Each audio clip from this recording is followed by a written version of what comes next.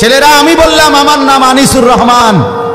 এই বড় মোবাইল টিপো, আমার কথা মনে রাখো, অচিরেই এমন একদিন আসবে ভিক্ষার থালা হাতে নিয়ে তুমি ভিক্ষুকের মতো হাত পাতবা। এটা আমার ভবিষ্যৎবাণী, মনে রাখো। তোমার বাপ, তোমার দাদা তোমার পুরো হায়াত পর্যন্ত থাকতো না। কথা বলেন না কেন? বাপের টাকা নষ্ট করতেছ। যার যেই টাকাটা অনাদরে, অবহেলায়, বেহুদা এইভাবে শেষ হচ্ছে, প্রতিটা টাকার পিছনে অজস্র ঘাম জড়িত আছে। একটা টাকাও মাটির তলের থেকে ওঠে নাই, কষ্টের ঘাম ঝরিয়েই পয়সা রোজগার করে। ঠিক কিনা বলেন না? তুমি করো আর তোমার বাপই করুক আর তোমার ভাই করুক, দেশে থাইকা করুক আর বিদেশের জমিনে করুক, এক একটা টাকা উপার্জনের পিছনে কষ্ট আছে কিনা বলেন না? তো তুমি সেই কষ্টের টাকা, এই রক্ত পানি করা টাকা, ঘাম ঝরানো টাকা এইভাবে নষ্ট করে দিলা। এই নর্তকী দেখতে দেখতে, ছবি দেখতে দেখতে, উলঙ্গ নাচ দেখতে দেখতে। আহা, আমরা পড়ছি একবার কিতাবে, ইতিহাসে, এক নবাব, এই উপমহাদেশের এক হিন্দুস্তানের এক নবাব, তার একটা ছেলে একটা মেয়ে ছিল। নবাবের বহু জমি ছিল, নবাব তো নবাবই। ছেলেটা একদিন তার একজন কর্মচারী মেসের কাঠি, কথাটা মনোযোগ দিয়ে শুনে, মেসের কাঠি ধরাইছে। ধরাইবার পরে মেসের কাঠি ধরাইলে বারুদ, ওই যে মেসের কাঠির আগার মধ্যে যে বারুদ থাকে, এটা আগুনটা নিভে গেলে বারুদের একটা গ্রান আছে, বুঝিনি আমি? বারুদের একটা গন্ধ আছে।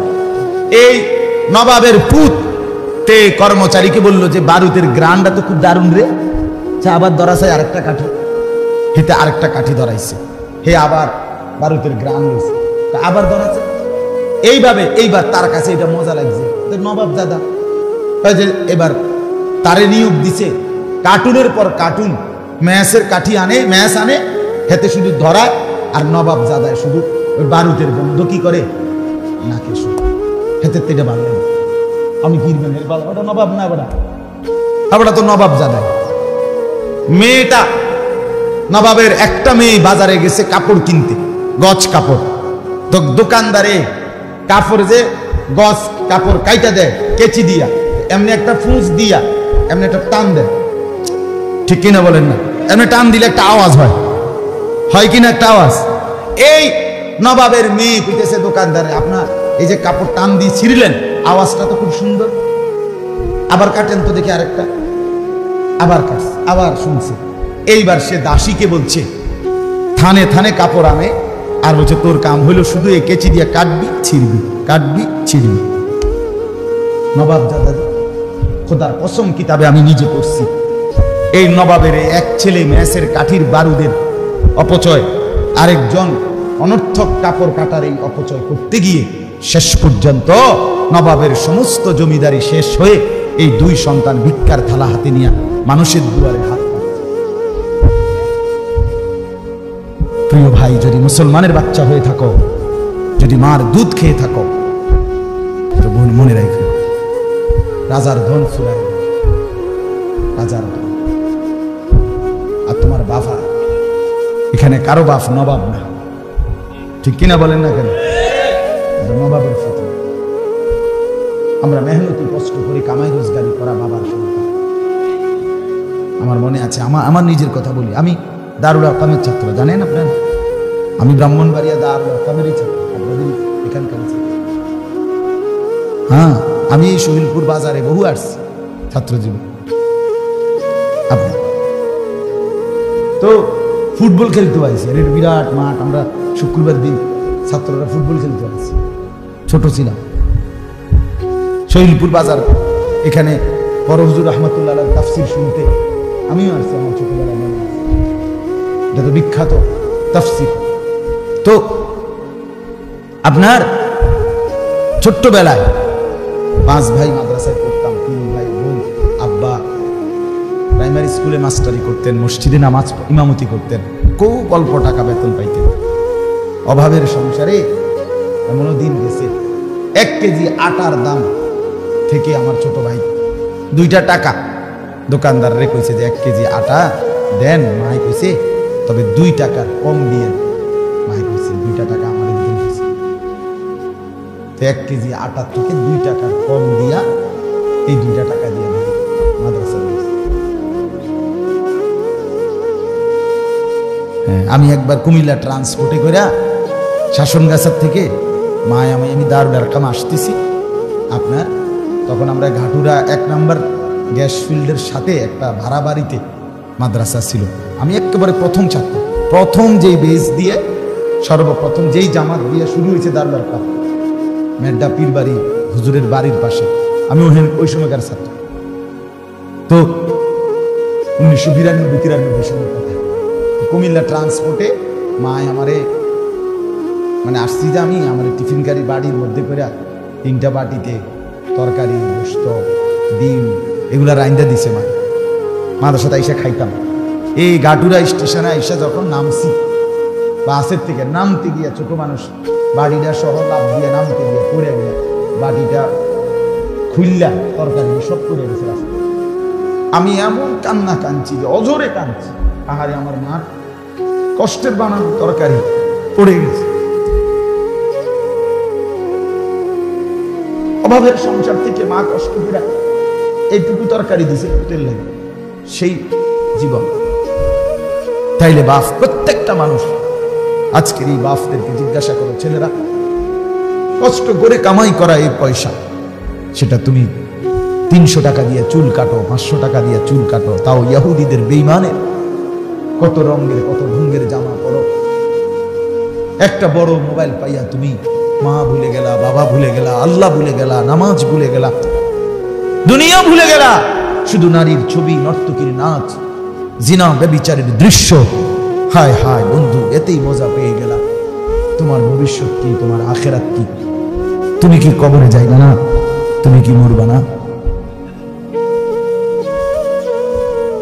এজন্য যে ছেলেরা বসছো বাপ, আমার জিন্দেগির ফিকির ছেলেদেরকে নিয়ে, মুসলমানের নওজওয়ানদেরকে নিয়ে আমি অনুরোধ করলাম প্রত্যেকের কাছে, ভাইয়া দয়া করে মজলুম মুসলমানের, সারা পৃথিবীর মজলুমানের রক্তের বদলা যদি নিতে হয়, আমার যুবক ছেলেদেরকেই দাঁড়াইতে হবে। নওজওয়ান, তোমরা না আগাইলে ইসলাম আগাবে না। তোমরা জীবন বাজি না রাখলে আল্লাহর দ্বীনের জন্য লড়বে কে বাপ? খুন ঝরবে যুবকের, কলিজার খুন ঝরবে। এজন্য আজকে রাত গভীরে আমার নওজওয়ান ছেলেরা, মুরব্বীরা না, যুবক ছেলে, তোমরা সবাই ইনশাআল্লাহ এই একটা নিয়ত করো ভাইয়া, যে বড় মোবাইল প্রয়োজনে, যার প্রয়োজন যদ্দুর, অফিসিয়াল কাজ, মাদ্রাসার কাজ, স্কুলের কোনো কাজ, ব্যাংকের চাকরির কোনো কাজ, ঠিক আছে, সেটা কাজেই ব্যবহার করি। বাকি ফালতু অনর্থক শুধু ছবি দেখার জন্য, নাচ গান দেখার জন্য আমরা এই বড় মোবাইল ব্যবহার করব না। এই নিয়তে কয়েকজন যুবক হাত উঠাও দিল থেকে। না না, সবাই উঠাই না, পাইকারি হাত উঠাইয়েন না। ছেলেরা উঠাও, ছেলেরা, বয়স্করা না, ছেলেরা উঠাও। ভাইয়া বলো, নিয়ত করো ইনশাআল্লাহ, জোরসে বলো ইনশাআল্লাহ।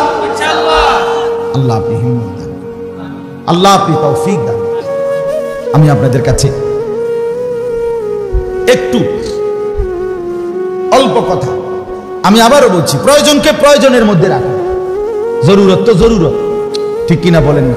অসংখ্য কাজ আছে যেগুলা দিয়া মোবাইলের মাধ্যমে অফিসিয়াল কাজ, বিভিন্ন কাজ করতে হবে। হ্যাঁ ঠিক আছে, প্রয়োজন তো প্রয়োজন, সারাদিন টিপতে হবে, এটা কি প্রয়োজন বলে? এটা কোন জিনিস? পাঞ্জাবিওয়ালা যারা আছেন, টুপিওয়ালা হুজুর যারা আছেন, আপনাদেরকে বলি বন্ধু, ডাইরেক্ট কথা, আমার গায়ে লাগলেও কিছু করার নেই। বাকি টুপিওয়ালা পাঞ্জাবিওয়ালাও যদি মাদ্রাসার তালিব ইলম উস্তাদ হোক আর যেই হন, বড় মোবাইলে যে আসক্ত, আমনে মনে রাখেন, আমনেরই দিয়া কোনো কাম হইতো না। আপনি উদয় বাতে খাইবেন আর বউ ফেলবেন, এই খাইয়া দাইয়া হইয়া থাকবেন আর কি, আর মোবাইল টিপবেন। আপনাকে দিয়ে পৃথিবী গড়বে না, আপনাকে দিয়ে উম্মতের ফায়দা হবে না। উম্মতকে বাঁচাইতে হইলে, মুসলমানের এই খামখেয়ালিন গুনার মধ্যে হাবুডুবু খাওয়া মুসলিম সমাজকে বাঁচাইতে হইলে উম্মতের উলামায়ে কেরাম তাদেরকে আগের চাইতে 100 গুণ বেশি দিবা নিশির মেহনতের ময়দানে ঝাঁপাইতে হবে। আলেমের আবার রাত কি, আলেমের আবার দিন কি। 23 বছরের পুরা ওয়ারিস যে, আদম থেকে ঈসা নবীর সমস্ত আম্বিয়াদের ওয়ারিস যে, তার আবার অবসর কোথায়? কথা বলেন না কেন? আমনে মোবাইল টিপনের টাইম ফান কেন? আমনের অবসর কি? আবার রাসূলুল্লাহ সাল্লাল্লাহু আলাইহি সাল্লাম, আমরা কি শুধু নবীজির আখিরি নবীর ওয়ারিস? ওলামায়ে কেরাম আদম থেকে মুহাম্মদ সমস্ত আম্বিয়াদের ওয়ারিস। এ কি খামখেয়ালি কথা? এ কি ছোটখাটো ডিউটি? কত বড় বোঝা কাঁধে নেওয়া, এত বড় ভারী বোঝা যার কাঁধে, সে আবার অবসর পায় কখন? তার আবার সময় কিসে? সে ঘুমাবেও তো এই কারণে যে পরবর্তী কাজের প্রস্তুতির জন্য একটু শক্তি দরকার, এই জন্য ঘুমাবে। সে খাবে তো এই কারণে পরবর্তী কর্মের ময়দানে ঝাঁপিয়ে পড়ার আগে একটু খাওয়া দরকার, এই কারণে। আল্লাহ তাআলা উলামায়ে কেরাম, নওজোয়ান অনেক আলেম আছেন, তালিবে ইলম আছেন, তাদেরকে আল্লাহ তাআলা সবাইকে হিম্মত দান করেন। আমিন। এবার 4টা আয়াতের তরজমার জন্য একটু কথা শুনেন, অল্প করে। মূলত এই সূরাটার নাম, আমি যে এই সূরাটা থেকে 4টা আয়াত পড়ছি, 15 নম্বর পারা, 17 নম্বর সূরা, সূরা বনী ইসরাঈল। কি নাম বলে? বনী ইসরাঈল। এই সূরার 16, 17, 18, 19, 20 5টা আয়াত আমি আপনাদের সামনে তেলাওয়াত করছি। অল্প একটু কথা হলো, হযরত ইয়াকুব আলাইহিস সালাম একজন নবী ছিলেন, বিখ্যাত নবী না? নাম শুনছেন না? ইয়াকুব আলাইহিস সালামের 12 জন ছেলে ছিল। আমি খুব অল্প কথাই কইতেছি, সংক্ষেপে। ইয়াকুব নবীর ছেলে ছিল মোট 12 জন। 10 ভাই যারা কূপে ফেলে দিছে ইউসুফকে, এই 10 জন। ইউসুফ আলাইহিস সালাম একজন। ইউসুফ আলাইহিস সালামের আপন মার ঘরে এক ভাই, ছোট ভাই বিনিয়ামিন। এই কয়জন হইল? এই 12 জন। ইয়াকুব আলাইহিস সালামের এই 12 জন ছেলে এই মোট ছিল। আচ্ছা, এটা একটা কথা। ইয়াকুব আলাইহিস সালামের 2টা নাম, একটা নাম হলো ইয়াকুব, আর হলো ইসরাইল। এই দুটোটাই কার নাম? ইয়াকুব আলাইহিস সালামের নাম। যেন আমাদের নবীর প্রসিদ্ধ 2টা নাম, মুহাম্মদ, আহমদ, আরো আছে না, বাকি এই 2টা কি সবচেয়ে প্রসিদ্ধ। তো ইয়াকুব, ইসরাইল। ইসরাইল হযরত ইয়াকুব আলাইহিস সালামের এই 12 জন সন্তানের যেই বংশধর পরবর্তীতে সামনের দিকে আগাইছে বংশধারা, এদেরকেই বলা হয় বনী ইসরাইল। ইসরাইলের বংশধর মানে ইয়াকুবের বংশ। কথা বুঝছেন কিনা বলেন?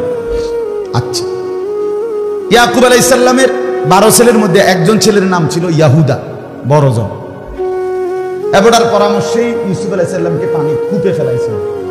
বাকি ভাইরা বলছিল মেরে ফেলতে, উনি বলছে না, কূপে হেলায় দাও, সেখান থেকে কোনো কাফেলা নিয়ে যাবে, আমরা ঝামেলা শেষ, বাপের চোখের আড়াল হইলেই তো শাল্য।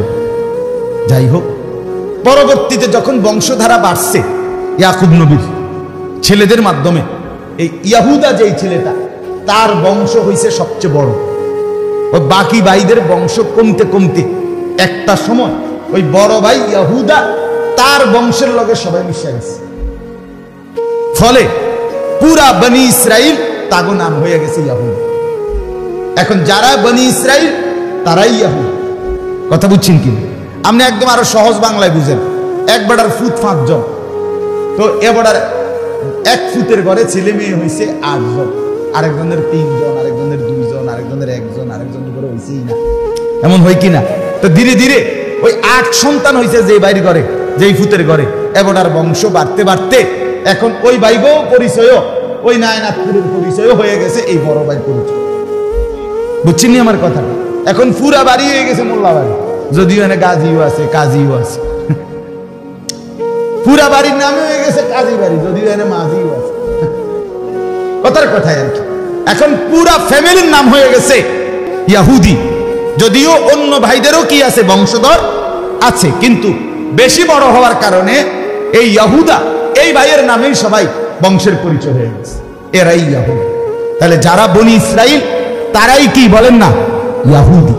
ইয়াহুদি।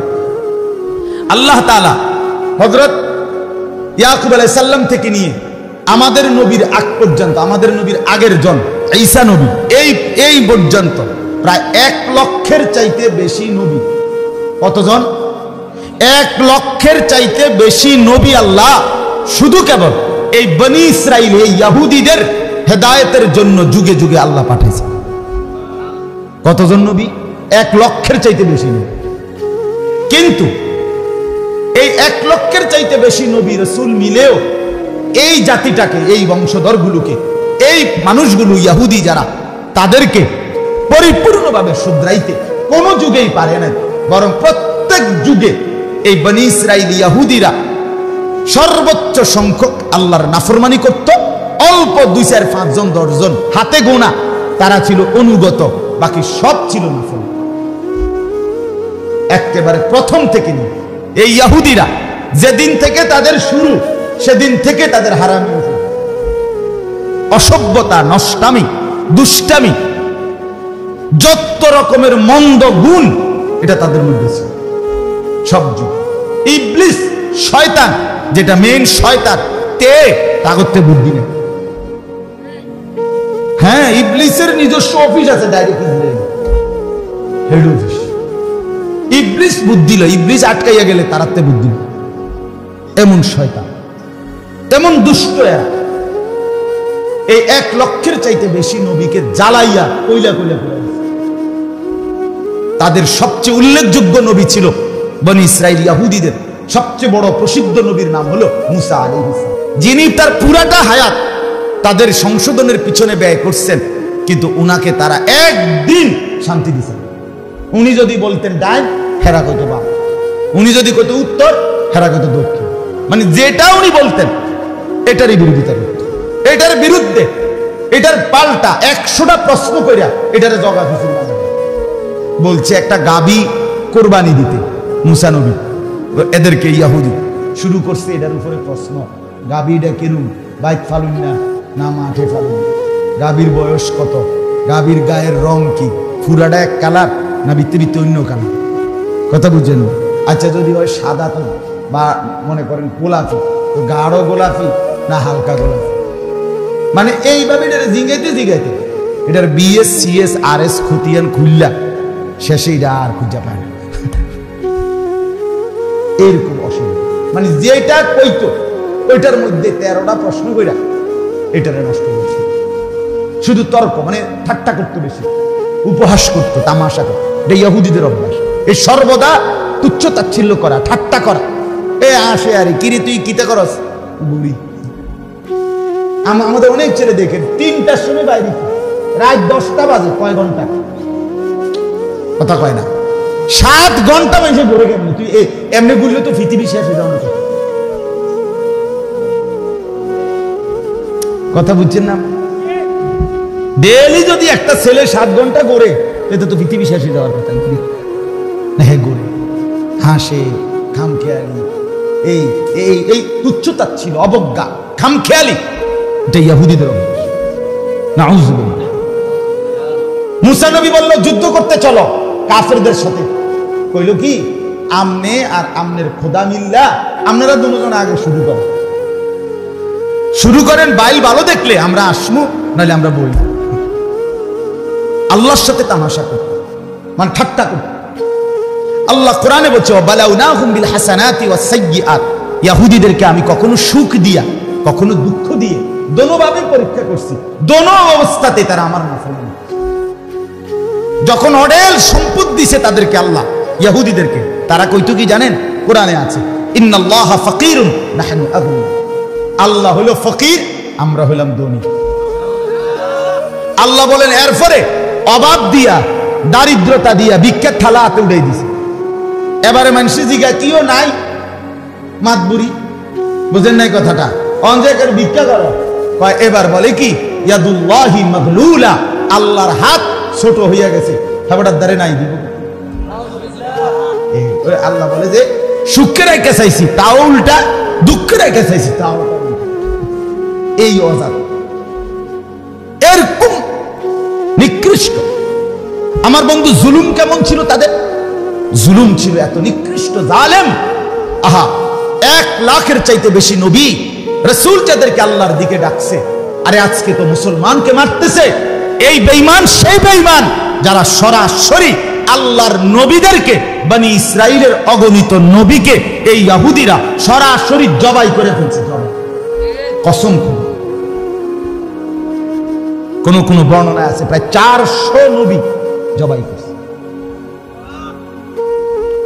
কত বড় নিকৃষ্ট কাফের, কত বড় নিকৃষ্ট মুসলমান। এরা হলো ইহুদি। পৃথিবীর সমস্ত বদভ্যাস, মন্দ গুণ এদের। পৃথিবীর সমস্ত সুদী কারবার, সুদী মহাজন, আন্তর্জাতিকভাবে সারা বিশ্বব্যাপী যত সুদী কারবার, সবগুলোর মূল প্রবক্তা, উদ্যোক্তা ইহুদিরা। আমরা বইতে পড়ছি ইহুদিরা আপনার সুদ দিছে, সুদের টাকা শোধ করতে পারে নাই দেখা ওই বেটার, আমি নিজে পড়ছি কিতাবে, ওই বেটার গোশত শরীরের থেকে কাইটটা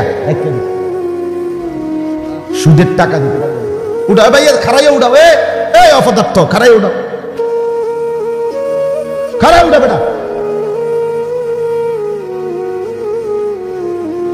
এতক্ষণ লাগাইয়া কানে বললাম কম, কলিজাটা মানে নিয়ে এবার কোন মানে না না, আপনাদের বিবেকে কি বলে বলেন না বাপ। আমি এতক্ষণ লাগাইয়া কারে বলছি, এরপরে কি আর দুঃখটা মানে মন্দারে? সে এখানে বসে বসে ঘুরে ঘুরে এটারে ভিডিও করতে, তুই মানুষগুলোর ছবি উঠে কি ফায়দা?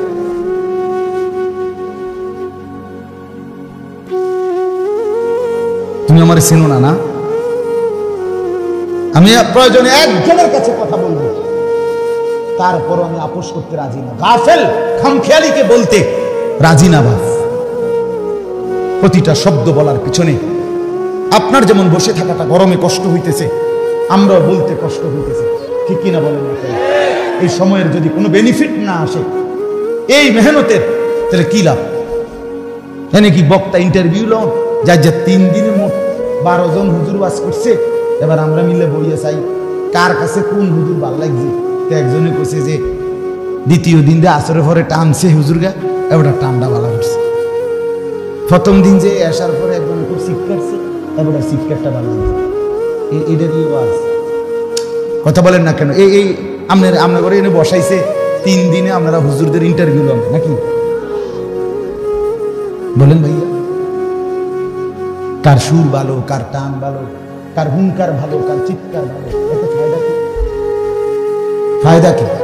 মনে করেন যার সুর আছে, আপনি হেবড়াতে সুরটা অর্ধেক লন 200 টাকা দিয়া। কথা বলেন না কেন? আপনি পারবেন কিছু? এটা যার চেহারা সুন্দর, তো আপনার কালো চেহারাটা আপনার লোক একটা ডলা দেন। কথা বলেন। ঠিক আছে, মাফ, আল্লাহ তোমারও মাফ করে দেন।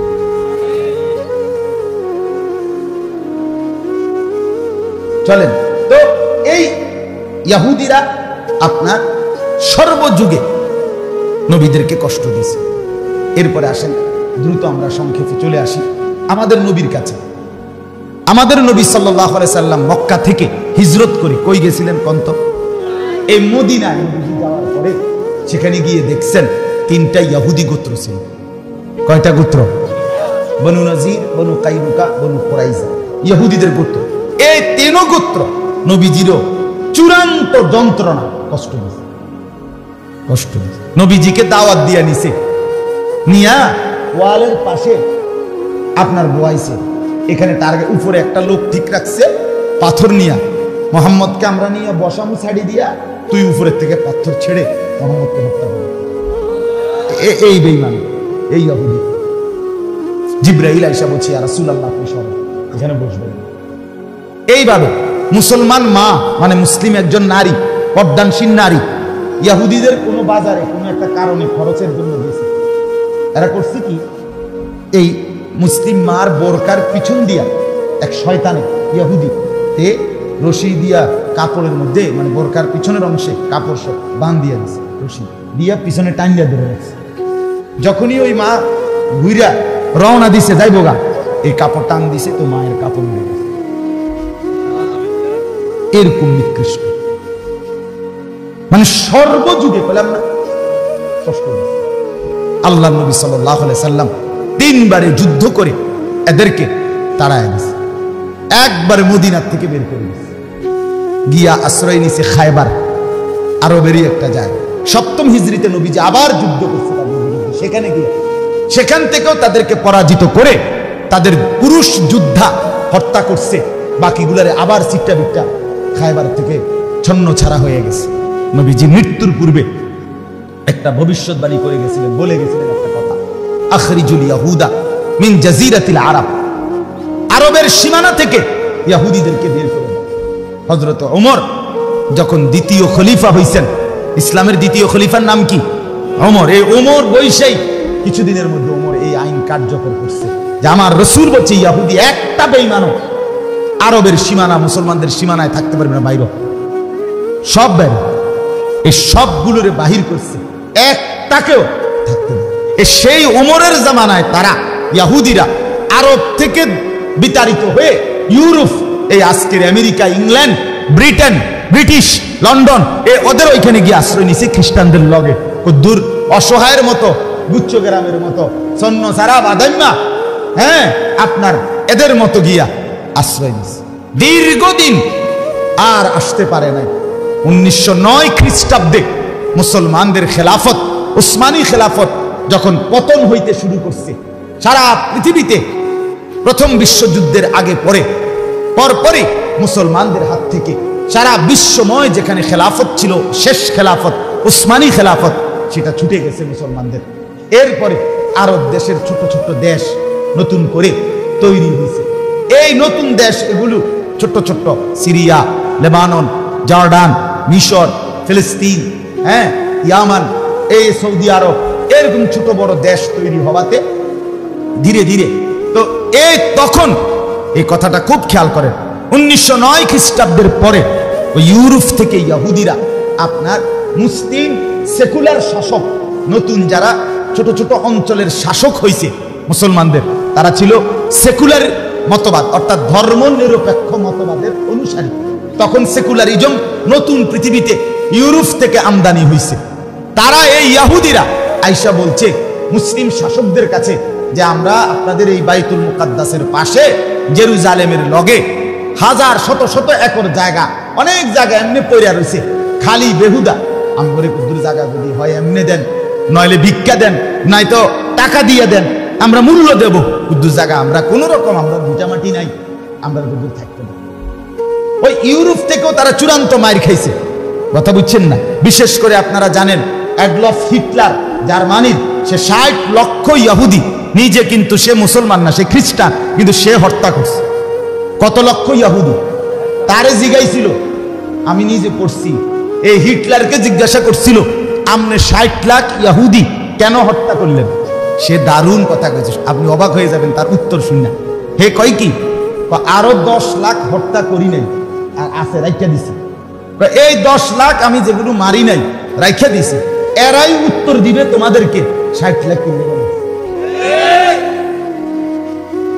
বুঝেন না আপনি কথাটা? মানে এই 10 লাখের যন্ত্রণায় তখন তোমরাই মনে করবা আহা হিটলার মাইরা তো লাইছিলাই, এ কোনা খান কিনলে গে রাখলা, ক্ষেতটা তো তুমি সাফ করছিলা, কোনাটা কিনতে রেখে দিলাম, এই ডাকাত কিনলে গে তুমি রাখলা, বুঝছেন? এই জন্য সে বলছিল পরে 10 লাখই আপনাদেরকে বুঝাই দিবে, উত্তর দিবে আমি আগের টিকিল লেগে মারছি। এরকম মানে মুসলমানদেরকেও যন্ত্রণা দিছে, খ্রিস্টানদেরকেও যন্ত্রণা, কাউরে শান্তি দেয় না, সোজা কথা কাউরে।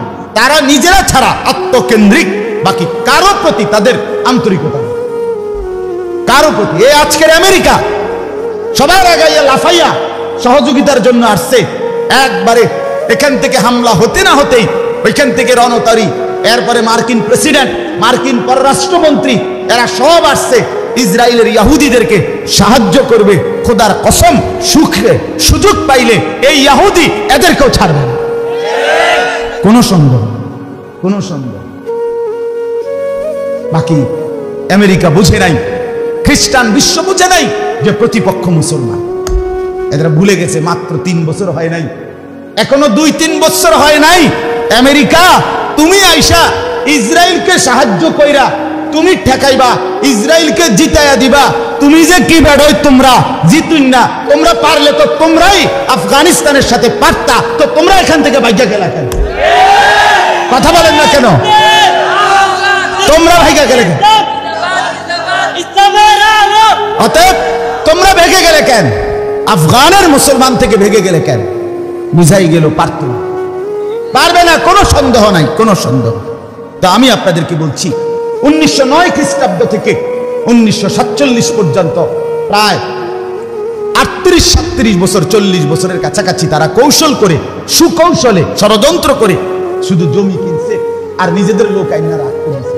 1948 সালে আপনার ব্রিটিশ এই মুসলমানদের খেলাফত শেষ হওয়ার পরে ব্রিটিশের অধীনে ছিল ফিলিস্তিন। ব্রিটিশ 1948 সালে নিজেদের শাসন ক্ষমতা উঠায় নিছে ফিলিস্তিন থেকে। তখন এই উঠাইবার সাথে সাথে ওই দিন রাতে 1948 সালের 14ই মে ডেভিড বেন গুরিয়ান, একজন ইহুদি নেতা, সে রাতে রাতে ঘোষণা দিছে যে আমরা এই পর্যন্ত যে দূর জায়গা কিনছি এগুলো সব মিলাইয়া এটা আমাদের দেশ, এটা আমাদের ইহুদিদের হোলি ল্যান্ড, পবিত্র ভূমি, এটা আমাদের পবিত্র। এটার নাম কি? এটার নাম ইসরায়েল। ও ইসরায়েল কার নাম? ইসরায়েল কার নাম বলেন না? ইয়াকুব আলাইহিস সালাম। আর তারা তো ইয়াকুবের বংশ, এই জন্য নামই দিছে ইসরায়েল। এটাই ইসরায়েল, ইসরায়েল যেটা এটাই ইসরায়েল। কথাটা বুঝছেন কিনা বলেন? এই 1947 সালে মুসলমান ঘুম ভাঙছে। হায় হায়, বলো কি? কথা নাই, বার্তা নাই, আন্দোলন নাই, সংগ্রাম নাই, মিছিল নাই, মিটিং নাই, পোস্টার নাই, হ্যান্ডবিল নাই। তোমরা যে কও এটা তোমরা এলাকা, তোমরা দেশ, তোমরা এমনি না থাকতে দিবা। কথা বলেন না কেন? গুচ্ছ গ্রামে থাকতে দিছি, কথার কথা। তারা যদি কইরা আমগো দেশ, বুঝি কত হইল। কথা বুঝছেন নি আপনি? এইখানে সেই 1948 সাল থেকে আজকের 2023 পর্যন্ত দীর্ঘ 75 বছরে এক টানা এরা জুলুম করছে।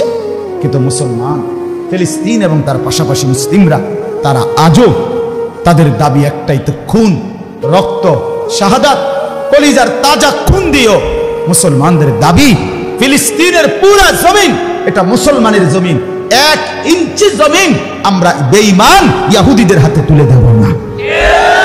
এই যুদ্ধ চলছে, সেই যুদ্ধেরই ধারাবাহিকতা আজকে 75 বছর। এবার শেষ কথা আসেন। শেষ কথা হলো ফিলিস্তিনের সাথে আমাদের সম্পর্কটা কেমন? আমাদের সম্পর্কটা এখানে একটু গভীরে বুঝতে হবে। রোহিঙ্গা, কাশ্মীর, পৃথিবীর অন্যান্য যেখানে মুসলমান নির্যাতিত, সেখানে মুসলমান নির্যাতিত আমরা ব্যথিত। আমরা মিছিল করি, বিক্ষোভ করি, প্রতিবাদ করি। কিন্তু ফিলিস্তিনের ভূমিতে যেই মুসলমানরা নির্যাতিত, এখানে শুধু মুসলমান নির্যাতিত এই কারণে না বাপ, এখানে মাটিটার সাথে আমাদের সম্পর্ক। কথা বুঝছেন কিনা? এখানে আমাদের অস্তিত্বের প্রশ্ন। অস্তিত্বের প্রশ্নটা কি? এই কথাটা সবাই মনে রাখবেন। 1 নম্বরে এটা খুব গুরুত্বপূর্ণ যে 1948 সালে গত 75 বছর ধরে তাদের দাবি এটা যে ইসরায়েল যেই রাষ্ট্র প্রতিষ্ঠা করছে, তারা ওইখানে মুসলমানের অংশ কাইটা, কলিজা কাইটা মুসলমানের জমির উপরে, সেইটা তাদের দাবি। তারা এতটুকু এই জেদ্দুর মনে করেন এই মাঠটা, এটার এই এদ্দুর পর্যন্ত দখল দিছে, আর এই কদ্দুর রয়েছে, এদ্দুর যদি হইয়া যায় তাহলে আমরা শান্তি। খোদার কসম, বেঈমান ইহুদিদের ইচ্ছা এটা না, বরং তাদের স্পষ্ট মানচিত্র, তাদের স্পষ্ট বইপত্র, তাদের ঘোষণা, তাদের নেতাদের বক্তব্য, সবকিছুর মধ্যে এই কথা স্পষ্ট আছে যে আমরা এটাকে দি গ্রেট ইসরায়েল বানাইতে চাই, অর্থাৎ একটি মহারাষ্ট্র বানাইতে চাই। কি বানাইতে চায়? মহারাষ্ট্র। কদ্দুর লইয়া প্রশ্ন হইল, এটা তাদের বক্তব্যে ডেভিড বেন গুরিয়ান প্রথম দিন থেকেই বলে আসছে, আমাদের এই রাষ্ট্রটা হবে, এখানে আমরা মাত্র শুরু করলাম, কিন্তু আমাদের এই রাষ্ট্র হবে কদ্দুর। এই কদ্দুর 1 নাম্বার মিশরের নীল দরিয়া, এখানে একটা প্রান্ত, ইরাকের ফোরাত নদী, ওইটা একটা সাইড। আর এই একটু আগে যে বলছি, আমাদের নবী সাল্লাল্লাহু আলাইহি সাল্লাম ইহুদিদেরকে তাড়াইয়া দিছিলেন কই থেকে? বলেন না কেন? খোদার কসম, ইহুদিদের দাবি যে আমাদের বাপ দাদার পূর্বপুরুষরা মদিনা ইয়াসরিবে ছিল, মুহাম্মদ তাগরে তাড়াইয়া দিছে, এই আমাদের এদিক দিয়ার সীমানা হইল মদিনা। এই পুরাটা অঞ্চল নিয়ে একটি রাষ্ট্র প্রতিষ্ঠা করবে ইহুদিরা, সেটার নাম হবে দি গ্রেট ইসরায়েল। এটা হলো তাদের ইচ্ছা পরিকল্পনা। এজন্য যতবারই তারা নতুন নতুন জায়গা দখল করে ততবারই তারা বলে আজ এবার আমরা এতটুকু নিলাম, এবার আমরা এতটুকু নিলাম। এবার আপনি বলেন, আপনারা সহজে আরো কথা একটু মনে করেন তো। আপনারা অনেকেই জানেন সুলতান নুরউদ্দিন জিনকি, মানে যাকে জঙ্গি বলেন আপনারা, সুলতান নুরউদ্দিন জঙ্গি রহমতুল্লাহর আমলে এই ইহুদিরা একবার আমাদের নবী সাল্লাল্লাহু আলাইহি সাল্লামের পবিত্র লাশ মুবারক চুরি করবার জন্য চেষ্টা করছিল। জানেন এটা? শোনেন নাই এ কথাটা? এই কেন? প্রশ্ন হলো কেন? তাদের দাবি, তাদের ইচ্ছা, এটা তো মদিনায় আমাদের পূর্বপুরুষের দাবি, মুহাম্মদ পরে আসছে, অতএব লাশটা যদি এখান থেকে সরাই দেয় তাহলে সারা পৃথিবীর মুসলমান আর মদিনা যাবে। আর মদিনা কিতাম না আমরা, কথা বলছেন, আমরা এখন মদিনা যাচ্ছি কার টানে? নবীজির টানে না, না বিল্ডিং সামনে? কথা বলছেন কিনা? সেই ষড়যন্ত্র তাদের আছে। অর্থাৎ তাদের টার্গেট শুধু ফিলিস্তিনের জমি দখল করে ইসরায়েল রাষ্ট্র প্রতিষ্ঠা করবে এটা না। তাহলে এবার আপনারা ইনসাফের সাথে বলেন, এই ইসরায়েল যদি এখানে টিকে যায় এই মাটিটাতে, তাইলে আগামী দিনে আমরা সারা পৃথিবীর 200 কোটি মুসলমান টিকব কিনা, এটা আমাদের অস্তিত্বের প্রশ্ন। 2, আমাদের মদিনার রওজা, আমার রাসূলের পবিত্র দেহ মুবারক যেখানে আছে সেই মদিনা টিকবে কিনা, এটা। তাহলে এটার সাথে আমাদের সম্পৃক্ততা আর অন্যান্য দেশের সাথে মতো নয়, এটার সাথে আমাদের সম্পৃক্ততা আরো গভীর। অতএব আজকে এই রাত গভীরে আপনাদের কাছে আমরা এটা বললাম, আপনারা প্রত্যেকে হৃদয় দিয়ে বিষয়টা উপলব্ধি করবেন, এটা বুঝবেন, এটা উপলব্ধি করবেন। ফিলিস্তিনের জমিন যদি হারিয়ে ফেলে মুসলমান, তাহলে মুসলমানের ভবিষ্যৎ অনেক বড় বিপদের কারণ হয়ে দাঁড়াবে। মুসলমানের গোটা অস্তিত্বে শেকড়ে টান করবে, শেকড়ে টান। আজকে আমরা বুঝতে চাই, এই জন্য বাপ আমরা প্রত্যেকে নিজেদের জীবনে এটা উপলব্ধি করতে হবে যে ফিলিস্তিনের মাটিটার সাথে আমাদের অস্তিত্বের সম্পর্ক। কথা বুঝছেন কিনা বলেন? এবার তর্জমা শুনুন, এরপরে আমি কথা শেষ করব। আল্লাহ তাআলা বলেন, ওয়াইদা আরাদনা আন নুহলিকা কারিয়াতান, আমি আল্লাহ যখন ফয়সালা করি কোন সম্প্রদায়, কোন এলাকা, কোন জনগোষ্ঠী ধ্বংস করে দেব, আল্লাহ বলেন আমি যখন ইচ্ছা করি, আমার না মুতরাফিহা, আমি তখন সেই সম্প্রদায়ের ধনাঢ্য, নেতৃস্থানীয়, সম্পদওয়ালা, পয়সাওয়ালা, ক্ষমতাওয়ালাদেরকে আমার হুকুম মানতে বলি। ফাফাসাকু ফিহা, কিন্তু ধনের গৌরবে, নেতৃত্বের ক্ষমতার গৌরবে তারা আমি আল্লাহর নাফরমানি করে। ফাহাক্কা আলাইহাল কাউলু, আল্লাহ বলে ফলে তখন আমার ফয়সালা, আমার সিদ্ধান্ত কার্যকর হয়ে যায়।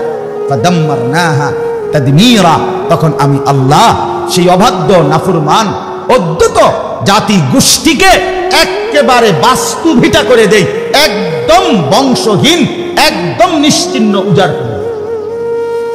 এজন্য আজকের ইউরোপ, আজকের ইসরায়েল, আজকের আমেরিকা, আজকের ইটালি আর ফ্রান্স, আজকের ব্রিটেন, যত রাষ্ট্রই আপনার অহংকার করুক, এদের এই বাড়াবাড়ি ক্ষমতার, সম্পদের, অস্ত্রের, এটাই প্রমাণ করে, এদের বাড়াবাড়ি যত বাড়ছে এটাই প্রমাণ হয় আল্লাহর আযাব তত ঘনিয়ে আসছে। কথা বুঝছেন কিনা বলেন? অতএব রাত্রি যখন 9টা বাজে তখন সকাল হইতে বহু দেরি, কিন্তু রাত্রি যখন 3টা বাজে মনে তো হয় রাত ভীষণ গভীর, কিন্তু এটাও বোঝা যায় সকাল কাছায় গেছে। ঠিক কিনা বলেন? অতএব জুলুম আর নির্যাতন, অত্যাচার আর খুন, তাজা রক্ত যখন বেড়ে গেছে, এটাই প্রমাণ করে মুসলমানের বিজয়ও কাছে। ওয়াকাম আহলাকনা মিনাল কুরুনি মিন বাদি নূহ, আল্লাহ বলে ও আমার বান্দা, তুমি চিন্তা ভাবনা করছো, তুমি কি আমার ইতিহাস জানো না? আমি আল্লাহ সেই নূহের পর থেকে আজ পর্যন্ত ইতিপূর্বে অসংখ্য অগণিত জাতি গোষ্ঠীকে আমি তো ধ্বংস করেছি। কথা কয় না? করেছি কিনা? তো কাজে অসুবিধা কি? নতুন করে একবারে ধ্বংস করতে আমার কি লাগবে? ওয়াকাফা বিরাব্বিকা বিযুনুবি ইবাদিহি খাবীরাম বাসীরা, আল্লাহ বলে আমার বান্দাদের নাফরমানির খোঁজ খবর রাখার জন্য আমি আল্লাহ রব হিসাবে একাই যথেষ্ট। এরপরে আসেন আমাদের জন্য করণীয়, পরের 2 আয়াত। আমাদের করণীয় কি? আমাদের করণীয় এখানে একটা বলছে, অর্থ হইল নবীজি বলছে শেষ জামানায় আমার উম্মতকে হত্যা করার জন্য ইমানদারকে কাফেররা দস্তরখানের মধ্যে খাবারের প্লেটে যেমন একে অপরকে ডাকে, আসেন ভাই আপনিও বসেন, আপনিও বসেন, কাফেররা সবাই মিলে মিশে এভাবে ডাকাডাকি করে একত্রে আমার মুসলমান আমার ইমানদার উম্মতকে হত্যা করবে।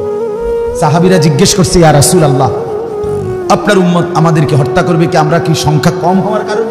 নবীজি বলবে, না, সংখ্যায় তোমরা অনেক বেশি হবে, কিন্তু আমার উম্মতের ইমানদাররা সংখ্যা বেশি হওয়ার পরেও তারা ভেসে যাবে এইভাবে যে বন্যা স্রোতের মধ্যে আবর্জনা যেভাবে ভেসে যায়। সাহাবীরা জিজ্ঞেস করলেন, ইয়া রাসূলুল্লাহ, সেটা কেন হবে? এরকম হবে কেন? মুসলমান বেশি হওয়ার পরেও এরকম আবর্জনার মতো ভেসে যাবে? নবীজি বলছে 2টা কারণ। 1 নাম্বার হলো হুব্বুদ দুনিয়া, 2 নাম্বার হলো কারাহিয়াতুল মাউত। 1 দুনিয়ার ভীষণ ভালোবাসা, আর মৃত্যুকে ভয় পাওয়া, মরতে না চাওয়া। 1 মরতে চাইবে না, 2 দুনিয়াকেই আপন। আল্লাহ তাআলা এখানে বলেন, মান কানা ইউরিদুল আজিলাতা, যে ব্যক্তি দুনিয়া চায়, আজ্জালনা লাহু ফিহা মা নাশাউ লিমান নুরিদু, তো দুনিয়া লোভী আমি আল্লাহ তাআলা কিছু যাকে ইচ্ছা তাকে যেদূর সম্ভব ইচ্ছা আমার এদূর দুনিয়া নগদ দেব, তবে দুনিয়া লোভী শেষ পর্যন্ত সুম্মা জাআলনা লাহু জাহান্নাম, আমি আল্লাহ দুনিয়া লোভীকে পরিণতিতে জাহান্নামে ইয়াসলাহা মাদমুমান মাদহুরা, আল্লাহ বলে দুনিয়া লোভীকে জাহান্নামে নিক্ষেপ করা হবে, লজ্জিত করে, লাঞ্ছিত করে, লাঠি দিতে দিতে, ধাক্কা দিতে দিতে। নাউযুবিল্লাহ। এরপরে আল্লাহ বলেন, আর ওমান আরাদাল আখিরাতা, আর যে ব্যক্তি জীবনের সব ক্ষেত্রে আখিরাতকে চাইবে, ওয়াসাআলাহা সাইয়াহা, এবং আখিরাতের জন্য আমল করবে সুন্নাত মোতাবেক, ওয়াহুয়া মুমিন, এবং ঈমান ঠিক রাখবে, ফাউলাইকা কানা সাইয়ুহুম মাশকুরা, আমি আল্লাহ কৃতজ্ঞতার সাথে তার প্রত্যেকটা মেহনতের বদলা দিয়ে দেব। আল্লাহ বলেন সর্বশেষ, আবারও আল্লাহ বলেন, বান্দা শোনো, এই কথাটা খেয়াল করেন। আল্লাহ বলে, বান্দা শোনো, কুল্লান নুমিদ্দু হাউলাই ওয়া হাউলাই মিন আতা'i রাব্বিক, দুনিয়া আমি আল্লাহ না 11 দেই 11 দেই, বুঝেন নাই? দুনিয়া এটা আমার এমন একটা নিয়ামত যেটা ডাকলেও দেই না ডাকলেও। আচ্ছা বলেন, দুনিয়া যে ভোগ করছে, ইমানদারও ভোগ করে, নাফরমানও ভোগ করে, করে কিনা বলেন? এইটা আল্লাহ, এইটা তুমি কি লেগে কারাগারি করবে? কি তো এমনি দিতে আছে, গরু ছাগলে খায় দায়, তুমি মানুষ, তুমি খাইতা না, এটা লেগে এরকম শুরু করছে। ওমা কানা আতাউ রাব্বিকা মাহদুরা, দুনিয়ার আমি আল্লাহর খাদ্য খাবার এটা কারো জন্য নিষিদ্ধ না, আমি ডাকলেও দেই না ডাকলেও দেই, কিন্তু মূল বিষয় হলো আখিরাত কি নিবা না? কথা বুঝেন নাই আমার? আখিরাত নিবা না? আখিরাত নিতে হলে তো বান্দা এমনি হবে, এই বন খাইতে খাইতে, বিড়ি খাইতে খাইতে, টেলিভিশন দেখতে দেখতে, স্ত্রী নামাজ পড়বে না, ছেলে নামাজ পড়বে না, মেয়ে নামাজ পড়বে না, বিবি বাচ্চা পর্দা করবে না, আর এমনি এমনি বেহেশতে যাইবা গা, সুদ খাইবা, ঘুষ খাইবা, মদ খাইবা, জুয়া খেলবা, নর্তকী দেখবা, জিনা ব্যভিচার দেখবা, আর তুমি এমনি এমনি বেহেশতে চলে যাবে। আখিরাত না বান্দা হবে না, দুনিয়া মিলবে। দুনিয়া তো আমি অনুগত অবাধ্য, সবাইকে দিচ্ছি, কাফের বেঈমানকে আমি তোমাদের চাইতে বেশি দিচ্ছি। এই জন্য দয়া করে এবার আসেন, আমরা এখান থেকে কি বুঝলাম? এখান থেকে বুঝলাম, 1, জালেম যত বড়ই হোক, আল্লাহ তাআলার ফয়সালা জালেমের পতন নিশ্চিত। ঠিক কিনা বলেন? বিজয় ইমানদার, বিজয় কার বলেন না? আর আমাদের করণীয় হলো দুনিয়ার এই লোভ, গুনাহ আর নাফরমানির এই মায়া, আল্লাহর অবাধ্যতা ছেড়ে নিজেদেরকে আখিরাতের জন্য প্রস্তুত করা। এখন ফিলিস্তিনের মজলুম মুসলমানের জন্য আমরা কি করতে পারি? আমরা 5টা কাজ করতে পারি। কয়টা কাজ? 1 নাম্বার কাজ হলো 250 কোটি মুসলমান সারা পৃথিবীতে, বাদ দেন সারা পৃথিবী, আপনি দায়িত্ব নেন, আপনার ছেলে, আপনার মেয়ে, আপনার মা, আপনার বাবা, আপনার ভাই, আপনার বোন, আপনার স্ত্রী, ছোট বড়, যে কথা বলতে পারে এমন প্রত্যেকের মুখে আপনি এই কথাটা পরিচিত করবেন। প্রত্যেকের কাছে আজকের থেকে আমি অনুরোধ করলাম, দায়িত্ব নিবেন, বলবেন, নিজের বিবিরও বুঝাইবেন, ছেলেকেও বুঝাইবেন, মেয়েকেও বুঝাইবেন, ঘরওয়ালাদেরকে ছোট বাচ্চাকেও বলবেন, সবাই যেন এক বাক্যে বলে ফিলিস্তিন আমার। ফিলিস্তিন কার বলেন? আবার বলেন ফিলিস্তিন কার? ওই আমাদের বললেন না কেউ, আমার বলেন, আমার বলেন কার? ফিলিস্তিন কার? আবার বলেন কার? আবার বলেন কার? আমার। বিবিকে বলবেন তুমি বলো, ছেলেকে বলেন তুমি বলো, মেয়েকে বলবেন তুমি বলো। প্রত্যেকটা মুসলমান, 250 কোটি মুসলমান যেন এই শব্দটার সাথে পরিচিত। কথা বুঝছেন না?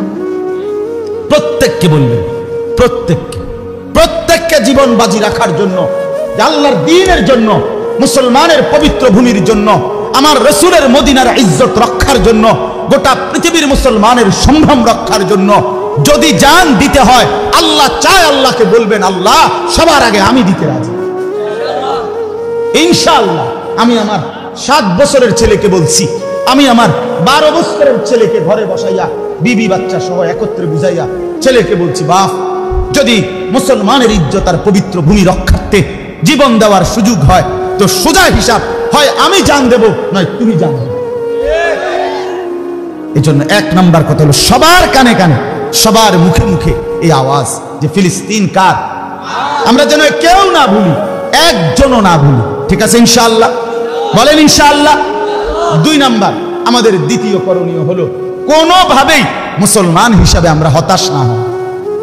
এই বোমার হিসাব, মিসাইল, এরপরে দিয়া আমেরিকার এই অস্ত্র, লন্ডনের এই অস্ত্র, এটা কিচ্ছু না, এগুলা কিচ্ছু নেই। কথা মনে রাখা, মুসলমান জিতবে কোনো সন্দেহ।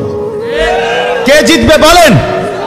জিতবে ফিলিস্তিন। বলেন জিতবে কে? আবার বলেন জিতবে কে? হারবে কে? ইসরায়েল। বলেন হারবে কে? কোনো সন্দেহ, হতাশ না হয়।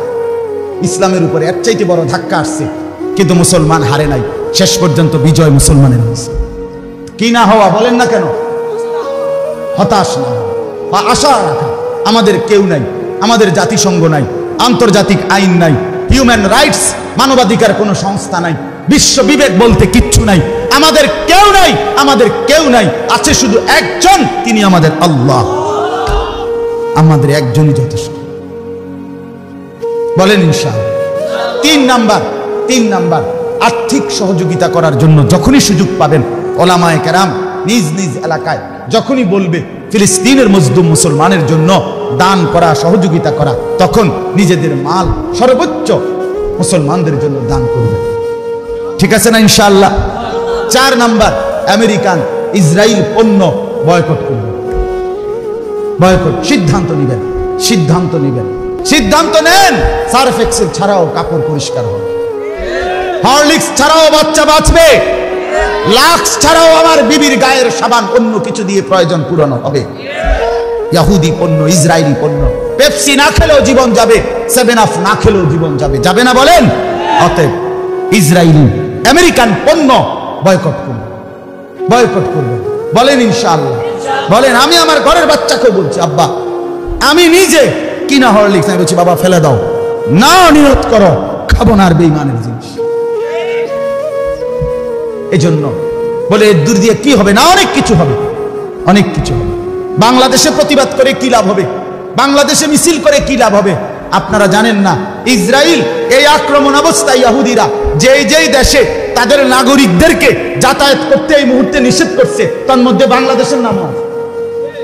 জানে এখানের মুসলমানও পাগলা, পাইলে আড্ডি গুড়া করে টাঙ্গাইয়া তুলে নেবে। কথা বুঝেন নাই আপনার? এই জন্য আমেরিকান, ইহুদি, ইসরায়েলি পণ্য বর্জন করা। 5 নাম্বার কলিজার সবটুকু দিয়ে 5 ওয়াক্ত নামাজ, রাত্রিবেলার তাহাজ্জুদ নামাজ, উঠতে বসতে সর্বদা মজলুমের জন্য দোয়া। এই শেষ করে 1 নাম্বার কি কোন সবার মধ্যে জনমত, অর্থাৎ প্রত্যেকের কানে কানে পৌঁছানো যে ফিলিস্তিন।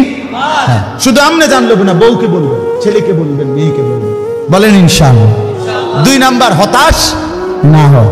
বিজয় কার? মুসলমান। জিতবে কে? ফিলিস্তিন। কোন সন্দেহ। 20 মিনিটে 7000 আয়রন ডোম, মানে ইসরায়েলের অত্যাধুনিক মেশিনের কুম, তাদের সীমানার মধ্যে পাশের থেকে কেউ যদি একটা সুই মনে করেন এইটা আলগি দিছে, তারার মেশিনে ধরা খায়। একটা সুই আলগি দিবে, এতটা তাদের ইয়া ছিল প্রযুক্তি, কিন্তু 20 মিনিটে 7,000 রকেট যখন হামাসের মুসলিম যোদ্ধারা মুজাহিদরা মারছে, 20 মিনিটে ধামাধাম, বেঈমানের একটা মেশিনও কাম হয়েছে, মেশিনের আব্বাও ধরতেছে। কথা বুঝেন? এই জন্য অনেক অস্ত্র দেখে ভয় পাওয়ার কিছু নাই। মালিকের ফয়সালা যখন হবে কিচ্ছু কোনো কাজ হবে না। তাহলে হতাশ না হওয়া, কি না হওয়া, আর্থিক সহযোগিতার জন্য প্রস্তুতি রাখা, ঠিক আছে না? ইনশাআল্লাহ আমেরিকান ইসরায়েলি পণ্য কি করা, বয়কট করা, কলিজা থেকে দোয়া করা। আল্লাহ তাআলা আমাদের সবাইকে তৌফিক দান করেন। একদিনও ভুলবেন না মজলুমের কথা। কলিজার খুন দিচ্ছে মুসলমান, তাজা রক্ত ঝরছে আমার মার, আমার বোনের, আমার ভাইয়ের কলিজার টুকরা, আমাদের ছোট্ট ছোট্ট সুন্দর মাসুম বাচ্চারা। অতএব তাদেরকে ভুলবেন না। আল্লাহ তাআলা আমাদেরকে তৌফিক দেন, কবুল করেন। আজকের এই সুন্দর মাহফিলকে আল্লাহ তাআলা বরকতে বরকতে ভরে দেন। মাদ্রাসাকে আল্লাহ তাআলা কবুল করেন, উপযুক্ত ছাত্র উস্তাদ ইখলাস ও তাকওয়ার সাথে মিলায়া দান করেন। আল্লাহ তাআলা আমাদের প্রত্যেককে কবুল করেন, মঞ্জুর করেন, রহম করেন। সকলেই বলেন আমিন, সকলেই বলেন আমিন। আমরা প্রত্যেকে এই মজলুম মুসলমানের জন্য আপনারা প্রত্যেকেই আল্লাহ তাআলার কাছে দিল দিয়ে দোয়া করুন। আপনাদের এই দোয়া দেখবেন অনেক বড় কাজ আসবে। হযরত মাওলানা জাকারিয়া রাহমাতুল্লাহি আলাইহি তিনি বলতেন যে আমি দিল্লিতে গাস্ত করি, এটা ব্রিটেনে, ইংল্যান্ডে, লন্ডনে গিয়ে চোট লাগে, ধাক্কা লাগে। দাওয়াত ও তাবলীগের মুরব্বী উনি বলতেন আমি দিল্লিতে গলিতে গলিতে, আরে আসরের পরে তাবলীগে গাস্ত করে না, যে আমি গাস্ত করি কোথায়, দিল্লি, আর এখানে, আর ধাক্কা লাগে কোথায়, লন্ডন। আমাদের স্লোগান, আমাদের আওয়াজ অবশ্যই অবশ্যই, কোনো সন্দেহ নাই। আপনারা ভাববেন না আমরা এই বলার দ্বারা কি হবে, না, আমাদের প্রত্যেকটা বলার দ্বারা আমাদের আল্লাহর কাছে তো পৌঁছবে যে আমরা কোটি মুসলমান সারা পৃথিবীর এক, আমরা ভালোবাসি ফিলিস্তিনকে। এটা আল্লাহ শুনবে না? কথা বলেন না, শুনবে কিনা বলেন?